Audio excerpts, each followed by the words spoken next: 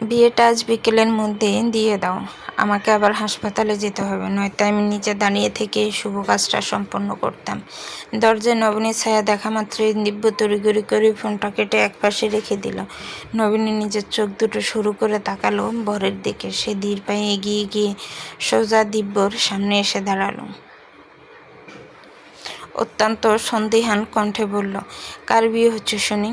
কার বিয়ে দিচ্ছেন আপনি? দিব্য হঠাৎ নবনীর এমন মুখোমুখি প্রশ্নে কিছুটা থতমত খেয়ে গেল।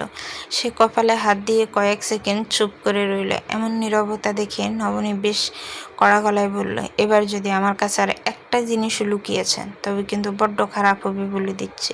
সত্যিটাকে জলদি বলুন।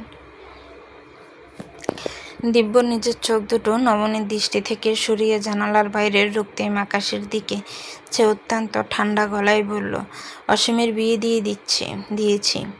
নবনীর গোলগাল চোখ দুটো এবার অবাক হয়ে আরও বড় বড় হয়ে গেল। সে অবিশ্বাস্য গলায় বলল, আপনি অসীমের বিয়ে দিয়েছেন? মানে কি এসবে? হ্যাঁ, জোর করে কাজী ডেকে আজকেই ওর বিয়েটা দিয়ে দিয়েছি। দিব্যর সোয়ালটা খুবই শক্ত হয়ে উঠল। নবনী আর দাঁড়িয়ে থাকতে পারল না। সে দপ করে বিছানার এক পাশে দিব্যর মুখোমুখি বসল। এই লোকটা ইদানিং কী করছে, কেন করছে, মাথার উপর দিয়ে কোন খেলা খেলছে তার কিচ্ছু নবনীর সাধারণ বুদ্ধিতে ইদানিং ঢুকছে না। সে বলল, জোর করে বিয়ে দিয়েছেন, কিন্তু কেন? কারণ ও বিশ্বাসঘাতকতা করেছে নবনী। নকিবের ওই পুরো নোংরা প্ল্যানটার সাথে ভেতরে ভেতরে ওই অসীমও জড়িত ছিল।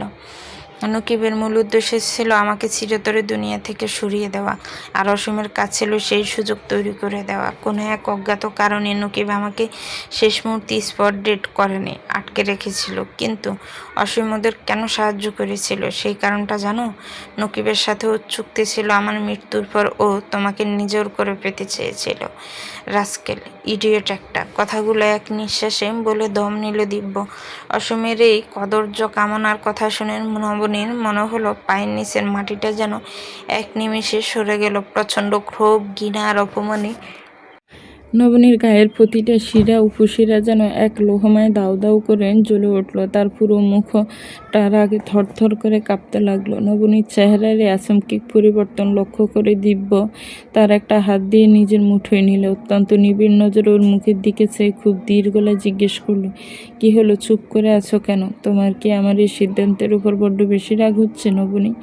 নবনী নিজের ভিতরের সবটুকু উত্তেজনা উগরে দিয়ে বলল, আপনি এতদিন ওকে কেন সহ্য করেছেন? হ্যাঁ, ওর মনের ভেতরে যে এত বড় একটা বিষাক্ত সাপ লালন পালন করছিল, তাকে পুলিশে না দিয়ে এখন আবার ঘটা করে বিয়ে দিচ্ছেন?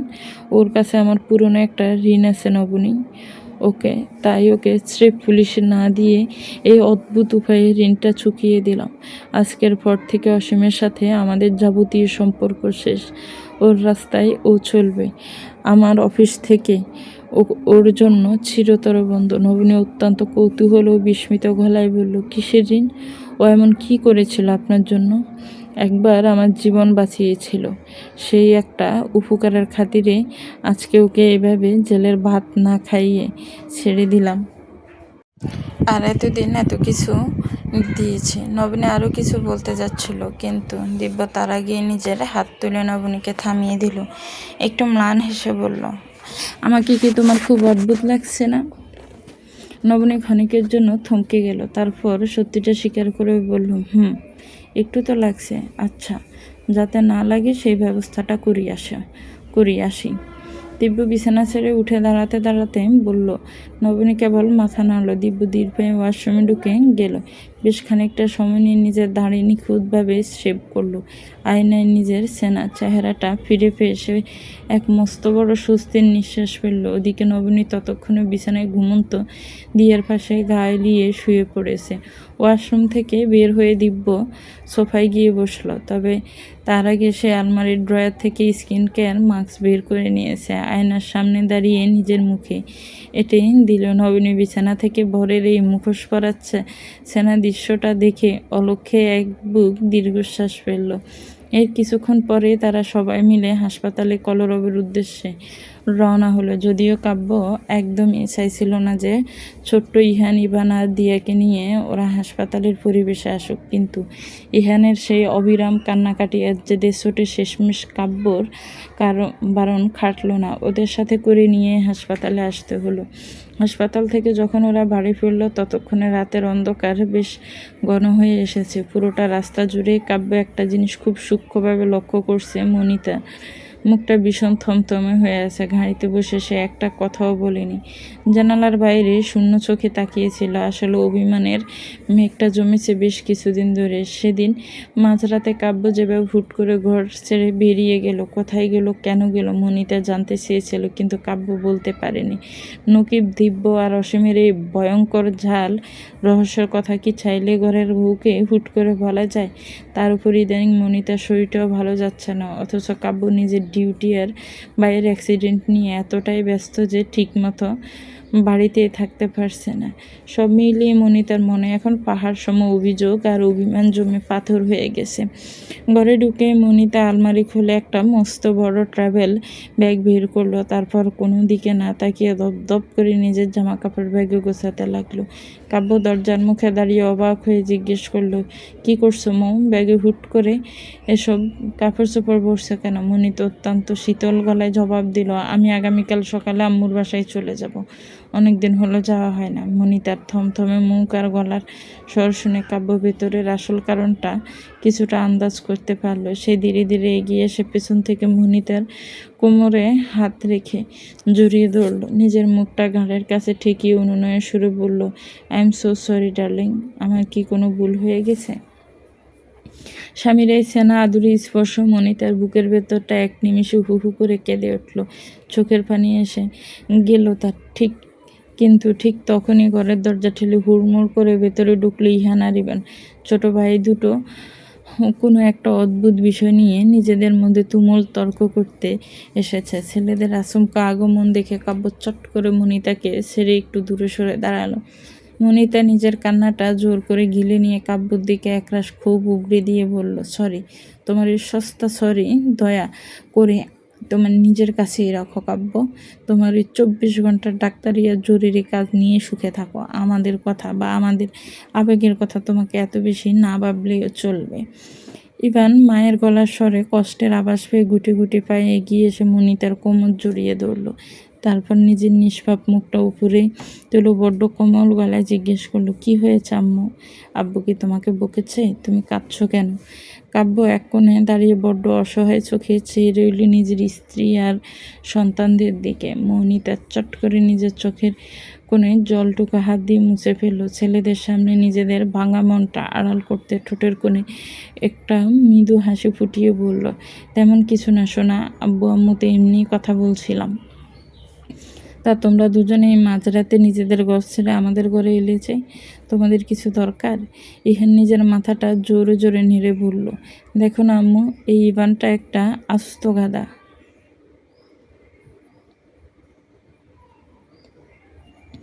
ও বলছে আকাশের চাঁদ নাকি একটাই,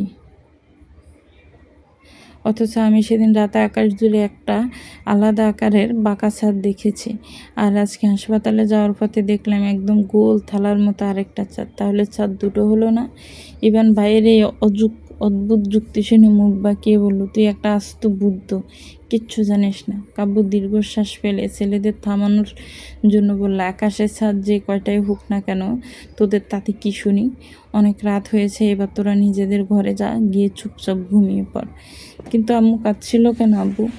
ইহান তার বড় বড় চোখ দুটো তুলে সরাসরি বাবার দিকে প্রশ্ন ছুড়ে দিল। বাচ্চার মন মায়ের চোখের জলটুকু ঠিকই ধরে ফেলেছে। কাব্য পরিস্থিতি সামাল দিতে বলল, তোদের যে সামনের সপ্তাহে মুসলমানই দেব, সেই চরম শোকে আম্মু আগে থেকেই কাঁদছে। তো সাথে তোদের বিয়ে কথাটা শোনা মাত্র মৌনিতা নিজের ভেতরে সব কষ্টগুলো কটমট চোখে চাইল কাব্যের দিকে। এই লোকটা বাচ্চাদের সামনেও এমন রসিকতা কিভাবে করতে পারে? কাব্য অবশ্য ওদিকে নিজের মুখ টিপে হাসছে। ছেলেদের সামনে বউয়ের রাগী ছাউনিটা তার বেশ ভালোই লাগছে। এখানে অবশ্য মুসলমানি শব্দটা শুনে বেশ কৌতূহলী আর উৎসাহী হয়ে উঠল।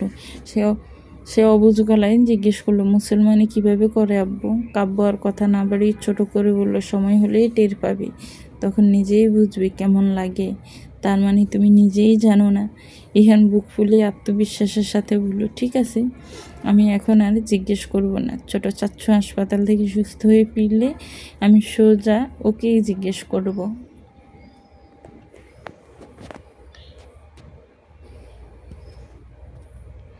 কাব্য কেবল মাথা নাড়ল। কলরবের মতো ফাজিল চাচ্ছু যায়, সে এমন আজব উত্তর খোঁজার জন্য ওর কাছেই যাবে, এটাই স্বাভাবিক। এর মাঝে ইভান মায়ের শাড়ির আঁচলটা একটু টেনে নরম গলায় বলল, আম্মু, আজকে আমি তোমার সাথে এই করে ঘুমাবো। তার মনের ভেতরে সব মেঘ যেন ছেলের এই মিষ্টি কথা এক নিমিষে কেটে গেল। সেই ইভানের নরম গালে একটা গভীর চুমু খেয়ে বলল, আমি একদম ঠিক আছি সোনা, আমার কিচ্ছু হয়নি। তোমরা লক্ষ্মী ছেলেদের মতো নিজেদের ঘরে যাও, গিয়ে শুয়ে পড়ো। ইহান বাবার কোলে ওঠার জন্য উসখুস করছিল। সে এবার কাব্যের দিকে চাইল। কাব্য ব্রুকুসকে জিজ্ঞেস করলো, কি ওভাবে তাকিয়ে আছিস কেন? আমাকেও একটা চুমু দাও। মনিতা খিলখিল করে হেসে ফেলল। কাব্য আর এক মুহূর্তে দেরি না করে ইহানকে দুই হাতে কোলে তুলে নিল। এক বুক গভীর ভালোবাসায় ছেলের গালে ললাটা অসংখ্য চুমু দিয়ে ভরিয়ে দিল। সে এক হাতে ইহানকে ধরে রেখে অন্য হাত বাড়িয়ে ইভানকেও ছোঁ মেরে কোলে তুলে নিল। তারপর ওকেও একই রকম আদরে চুমু দিয়ে ভরিয়ে দিল। মনিতা আলমারির পাল্লায় হেলান দিয়ে এক দৃষ্টিতে চেয়ে রইল তার জীবনের এই সম্পূর্ণ বৃত্তটার দিকে। তার চোখের সামনে তখন একরকম পরম সুন্দর নিখুঁত সংসার। কাব্যের উপর জমে থাকা সব অভিমান আর ক্ষোভ যেন ছেলেদের এই খিলখিল হাসির তোড়ে কোথায় ভেসে গেল। তার ভেতরটা এক অদ্ভুত ভালো লাগায় আর শান্তিতে ভরে উঠল। কাব্য দুই ছেলেকে দুই কাঁধে নিয়ে ধীর পায়ে মনিতার একদম কাছাকাছি এসে দাঁড়ালো। ঝুঁকে এসে নিজের ঠোঁট দুটো ছোঁয়ালো তার প্রিয় অর্ধাঙ্গিনীর ললাটে। এক চরম তৃপ্তি আর ভালোবাসার স্পর্শে মনিতা আলতো করে নিজের চোখ জোড়া বুজে নিল। দিয়াকে নিশ্চিন্তে ঘুম পাড়িয়ে দিয়ে নবনী ধীর পায়ে ঘর থেকে বের হলো দিব্যর খোঁজে। অবশ্যই মাঝরাতে সে কোথায় থাকতে পারে তা নবনীর খুব ভালো করেই জানা। সাত পাঁচ না ভেবে রাতের বেলা এভাবে জিমঘরে গিয়ে ঘাম জড়ানোর মানেটা নবনীর সাধারণ মাথায় কোনো দিনই ঢোকে না। তবে একটা জিনিস সে খুব সূক্ষ্মভাবে খেয়াল করেছে, দিব্য সাধারণত রাতে জিমে যায় না, কেবল তখনই যায় যখন তার মনের ভিতর কোনো জ্বর চলে, মন মেজাজ তীব্র খারাপ থাকে। এতটুকু সে তার এই মিস্টার তালুকদারকে চেনে। নবনী ধীর পায়ে মগ ভর্তি ধোয়া ওঠা এক কাপ গরম কফি নিয়ে জিম ঘরে গিয়ে ঢুকলো। দিব্য তখন কোনো ইনস্ট্রুমেন্ট না ছুঁয়ে স্রেফ চুপচাপ সোফাটার মাথা নিচু করে বসেছিল। নবনী আলতো পায়ে এগিয়ে গিয়ে কফির মগটার সামনে বাড়িয়ে দিল। শান্ত গলায় জিজ্ঞেস করলো, আপনাকে বড্ড চিন্তিত লাগছে, বিশেষ কিছু হয়েছে কি? দিব্য আলতো করে মাথা নাড়ল, বোঝাতে চাইল তেমন কিছু নয়। নবনী কফিটা রেখে ওখান থেকে চলে যেতে উদ্যত হতেই দিব্য সোফা ছেড়ে হুট করে উঠে দাঁড়ালো। ওর চোখের ভেতরে সেই অস্থিরতা দেখে নবনী এগিয়ে এলো। মুখোমুখি দাঁড়িয়ে নিজের পায়ের পাতা দুটো সামান্য উঁচু করে নিজের দু হাতের নরম আঁচলে আগলে নিলে দিব্যর মুখটা। আদুরে গলায় বলল, সত্যি করে বলুন তো, খারাপ কিছু হয়েছে? দিব্য নবনীর হাতের উমের নিজের চোখ দুটো ক্ষণিকের জন্য বুঝে নিল। তারপর চোখের পাতা মেলে বলল, সব খারাপ কেটে গেছে নবনী। আমাদের চারপাশ থেকে সব অন্ধকার সরে গেছে। এখন থেকে শুধু ভালোটাই হবে। তাহলে ওভাবে মন খারাপ করে বসে আছেন কেন?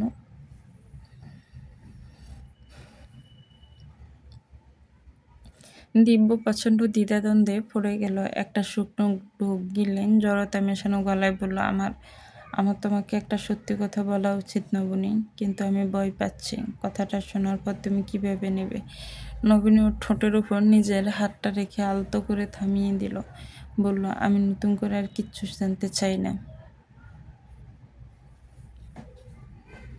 কিন্তু আমি বলতে চাইছি নবনী। দিব্যর গলায় এক অদ্ভুত আকুলতা। নবনী কৃত্রিম ডাক দেখিয়ে বলল, বললাম তো আমি কিচ্ছু শুনতে চাই না। আপনার অতীত, আপনার রহস্য, কিংবা আপনার সম্পর্কে আমি যতটুকু আজ পর্যন্ত জেনেছি আমার জন্য ততটুকুই যথেষ্ট। এই এতটুকু চেনা মানুষকে নিয়েই আমি অনায়াসে একটা পুরো জীবন পার করে দিতে পারবো। আমি আর অন্য কোনো কিছুর বিনিময়ে কোনো সত্যের অজুহাতে আমাদের মাঝে দূরত্ব চাই না। কথাটা শেষ হতেই দিব্য তার মুখ থেকে নবনীর হাতটা সরিয়ে দিল, অতঃপর চুমু খেলো হাতটায়। নবনীর নাকে নাক ঘষে বলল, ওটা অতটাও সিরিয়াস কিছু না। তার চেয়ে বরং কাল তুমি যে কথাটা আমাকে বলেছিলে সেটা আজ আরেকবার বলবে? আমি কেন যেন এখনও নিজের কানকে পুরোপুরি বিশ্বাস করতে পারছি না। দিব্য এক বুক কাতরতা অনুরাগ নিয়ে চেয়ে রইল নবনীর দিকে। সেই অপলক তৃষ্ণার্ত চাউনি দেখে লজ্জায় নবনীর চোখের পাতা দুটো নিজে থেকেই বুঝে এলো। বুকটা নেমে গিয়ে চিবুক ছুঁয়ে গেল। বর্ষা গাল জোড়ায় পলকে ভর করলো এক সিলতে রক্তিম আবাসে। নিজের পায়ের পাতায় ভর দিয়ে আরো সামান্য উঁচু হলো। তারপর দিব্যর কানের কাছে খুব কাছাকাছি নিজের মুখটা নিয়ে ফিস সেই নিচু গলায় বলল, আমি আপনাকে ভালোবাসি। দিব্য নিজের দুই হাতের বাঁধনে জড়িয়ে নিল নবনীর চিপচিপে পাতলা কোমর। দূরত্ব গুছিয়ে তাকে আরও কিছুটা নিজের বুকের গহীনে টেনে ব্যাকুল গলায় বলল, আরেকবার। নবনী খিলখিল করে হেসে ফেলল। বাইরের দুনিয়ায় ক্রাশ ছড়ালো এই গম্ভীর রহস্যময় পুরুষটা যে হুট করে এমন অবুঝ বালকের মতো বায়না ধরতে পারে, তা বোধহয় এই চার দেয়ালের বন্দিদশা ছাড়া আর কোথাও প্রকাশ পাওয়ার নয়। তবে দিব্যর এই অস্থিরতার পেছনে দীর্ঘদিনের জমাট বাঁধা মানসিক জ্বরটা নবনী ঠিকই উপলব্ধি করতে পারল। তাই আর কোনো লুকোচুরি বা ছলনার আশ্রয় না নিয়ে এক আজ্ঞাবহ অনুগ্রহলতার মতো সে আবারও বরের বুকে মিশে গিয়ে সুর মেশালো, আপনাকে ভালোবাসি। আরেকবার। দিব্য যেন অলৌকিক ছাতক ফাঁকি আজ। নবনী এবার আজ চোখের পাতা সোজা তাকিয়ে আলতো করে ঠোঁট উল্টো অভিমানের সুরে বলল, আর একটিবারও মুখ ফুটে বলবো না। এবার শুধু আপনার বলার পালা। আপনি নিজে কি একটা বারও এই মুখ ফুটে মনের কথাটা বলেছেন শুনি? দিব্যর ঠোঁটের কোনো এক সিলতে মায়াবী হাসি ফুটে উঠল। সে নবনীর কোমরের বাঁধন আরও এক প্রস্ত আষ্টেপৃষ্টে শক্ত করে ফিসফিসিয়ে বলল, আমি সস্তা শব্দের জাল বুনে মুখে বলাই নয় নবনী, বরং তার চেয়ে ঢের বেশি গভীর প্রমাণে বিশ্বাসী। দেব সেই অকাট্য প্রমাণ? স্বামীর মুখের এমন সোজাসাপটা গভীর ইশারা শুনে নবনী মুহূর্তের মধ্যে আক্ষরিক অর্থে আড়ষ্ট হয়ে জমে বরফ হয়ে গেল। দিব্যর লজ্জানত মুখের অবস্থা দেখে চোখের কোণ দিয়ে মিটিমিটি হাসছে। নবনী মুখে আর কোনো উত্তর দিল না, দেওয়ার মতো কোনো ভাষা বা সাহস তার অবাধ্য ঠোঁটে খুঁজে পেল না। ওইভাবেই স্তব্ধ হয়ে পার হয়ে গেল প্রকৃতির বুকে কিছুটা হিমস্মরণ থমকে যাওয়ার সময়। নবনী নিজের সবটুকু জড়তার লজ্জার দেওয়াল ঝেড়ে ফেলে আলতো করে নিজের কপালটা ঠেকালো দিব্য ছড়া বুকে। নিজের অর্ধাঙ্গিনীর এই দৃষ্টিঙ্গিটুকু বুঝতে বিন্দুমাত্র বেগ পেতে হলো না দিব্য। তার পুরো মুখাবে ফুটে উঠল এক তৃপ্তি আর বিজয়ের হাসি। সে হালকা ঝুঁকে নবনীর মায়ায় আর গভীর অনুরাগে একটা উষ্ণ চুমু আঁকল নবনীর ললাটে। সেই আবেশে জমে নবনীর নিজের চোখের পাতা জোড়া আলতো করে বুঝে নিল। দিব্য ধীর পায়ে এগিয়ে গেল ঘরের দেয়ালে মূল সুইচের দিকে। হুট করে নিশ্চিত আধারে নেমে এলো পুরো কক্ষ জুড়ে। জানালার ভারী পর্দাগুলো ওপাশ থেকে কেবল গলিয়ে পড়া নিঝুম রাতের এক ছিলতে আবছাস জ্যোৎস্নাটুকুই ছোঁড়ার মতো এসে ঘরটাকে ছুঁয়ে রইল। পরক্ষণে নবনী টের পেল তার পুরো দেহটা আচমকা কোনো এক মায়াবী জাদু বলে শূন্যে ভেসে উঠছে। আচমকিকে ভারসাম্যহীনতায় সে কিছুটা আতঙ্কিত হয়ে দুহাতে আরও শক্ত করে পেঁচিয়ে ধরলেন দিব্য গলা। সে অন্ধকারে দিব্য পায়ের নিখুঁত ছাদের বুল তুলল। আর তার ঠিক পরক্ষণে সেই তীব্রভাবে অনুভব করলে দিব্যর ভারী উষ্ণ শরীরের একচ্ছন্ন সান্নিধ্য। বুকের ভেতরের হৃৎপিণ্ডের গতিমাত্রা যেন সব ছেনায় হিসাব আর সীমানা ছাড়িয়ে এক প্রলয়ন শুরু করলো নবনী। সে নিজেকে কোনো মতে সামলানোর আপ্রাণ চেষ্টা করেও ব্যর্থ হলে দিব্যর প্রথম ও পরম আকাঙ্ক্ষিত ভালোবাসার স্পর্শটা এসে ঠেকল ওর উন্মুক্ত কণ্ঠনালীতে। এক তীব্র অবর্ণীয় শিহরণে কেঁপে উঠল নবনীর পুরো নাজুক কায়া। সেই উষ্ণ মায়াবী স্পর্শে সারা শরীর যেন এক মিষ্টি দহে দাউ দাউ করে পুড়ে ছাই হয়ে যাচ্ছে। নিজের কম্পিত অবশ্যই আশা গলা স্বর কোনো মতে সচল করে আর্দ্র গলা বলে উঠল, একটাবার শুধু মুখ ফুটে বলুন না। দিব্য অবশ্য এক মুহূর্ত সময় নষ্ট করল না। নবনীর কানের নরম লতিতে নিজের ঠোঁট ছুঁইয়ে গাঢ় পুরুষালী গলায় ফিস করে উত্তর দিল, ভালোবাসি জিনিসটা স্রেফ মুখে উচ্চারণ করার মতো সস্তা কোনো বিষয় নেই। তুমি এখনো ছোট মানুষ, বড্ড অবস্থায় এই পবিত্র অনুভূতির অতল গভীরতা পরিমাপ করার সাধ্য তোমার নেই। বললেও বুঝবে না, কথা বলো না। অন্ধকারে নিজের ভিজে আসা চোখের কোণে এক সিলতে বিজয়ের হাসি ফুটে উঠল নবনের। বড্ড চালাক তার এই জটিল লোক একটা। এমন মুহূর্তেও তার কেমন নিখুঁত ও অকাট্য চালাকি। মনে মনে ভাবল, ঠিক আছে মিস্টার তালুকদার, কতদিন আপনি এভাবে মুখে না বলে এড়িয়ে চলতে পারেন? তাই নবনী নিজের ধৈর্য দিয়ে দেখে নেবে। সময়ের সাথে সাথে পাল্লা দিয়ে অবাধ্য রাতের গভীরতায় বাড়তে থাকলো ওদের দুই দেহের নিষিদ্ধ স্পর্শের গভীরতা। বাইরের পৃথিবীর সব কোলাহলকে আড়ালে অনেক দূরে ঠেলে দিয়ে নবনী তার পুরো সত্তা দিয়ে প্রতিটা তপ্ত নিঃশ্বাসের উঠানামে গভীর থেকে গভীরতম অনুভূতিতে অবগাহন করতে লাগলো স্বামী নামক তার জীবনের এই শ্রেষ্ঠ চমৎকার আশ্রয়টাকে। চলবে তো ভিউয়ার্স, গল্পটার এই পর্ব কেমন লেগেছে একটি কমেন্টস করে জানাবেন।